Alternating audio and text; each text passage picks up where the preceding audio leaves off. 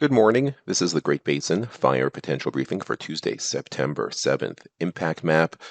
Starting on the left, Tuesday, we see the heat in that purple color building eastwards, and there are smoke issues again continuing. You see the heat building Friday, Wednesday, and Thursday.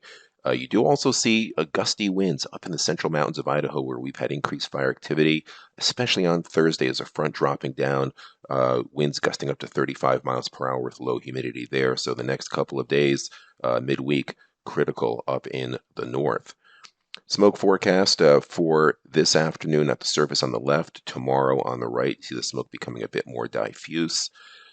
Similar story on the vertically integrated smoke on the left, from the surface up through several thousand feet this afternoon, and then tomorrow afternoon on the right.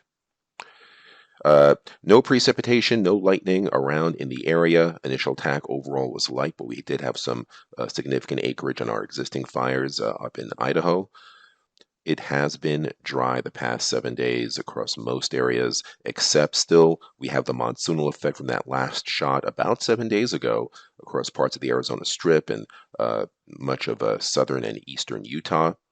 You can see the ERC percentiles still reflecting that in the south and east, near or below the 50th percentile, but totally opposite. You go to the western end of the Great Basin, ERC's at record levels in the purple. We're seeing those record levels up into much of western and central Idaho as well. It's only far eastern Idaho into western Wyoming where fuels are still borderline to maybe approaching critical, but not yet. But otherwise, where you see the reds and purples, they are. Satellite imagery shows large high pressure overhead. Big high pressure, clear skies, temperatures 10 to 15 degrees above normal. There's that high on the left for today. You see on the 7th-day things drying out on the right. You can see those low humidities.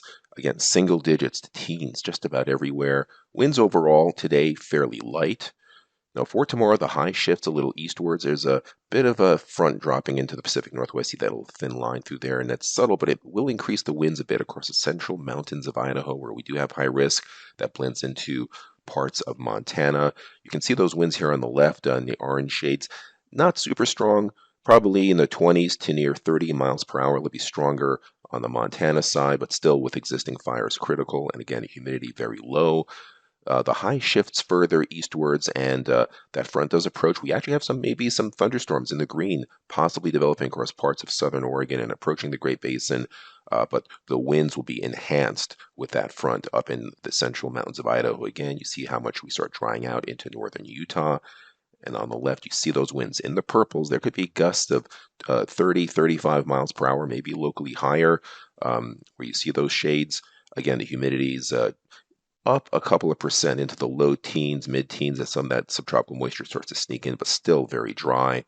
3-day precipitation totals where we might see some convection, you see some light amounts, and that could cause some stars. We'll have to watch that for possible high risk. We don't think it'll be too widespread.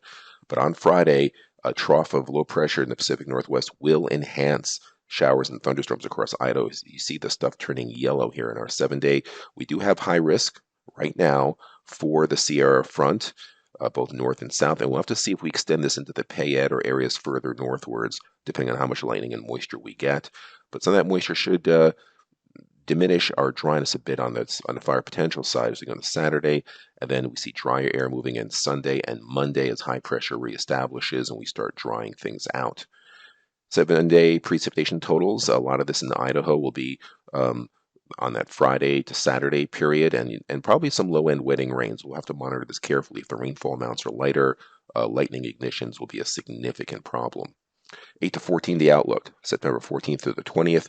Near normal temperatures, maybe above normal in the east, below normal precipitation for the most part, but again, it's tricky this time of year. This concludes our briefing. Have a great day.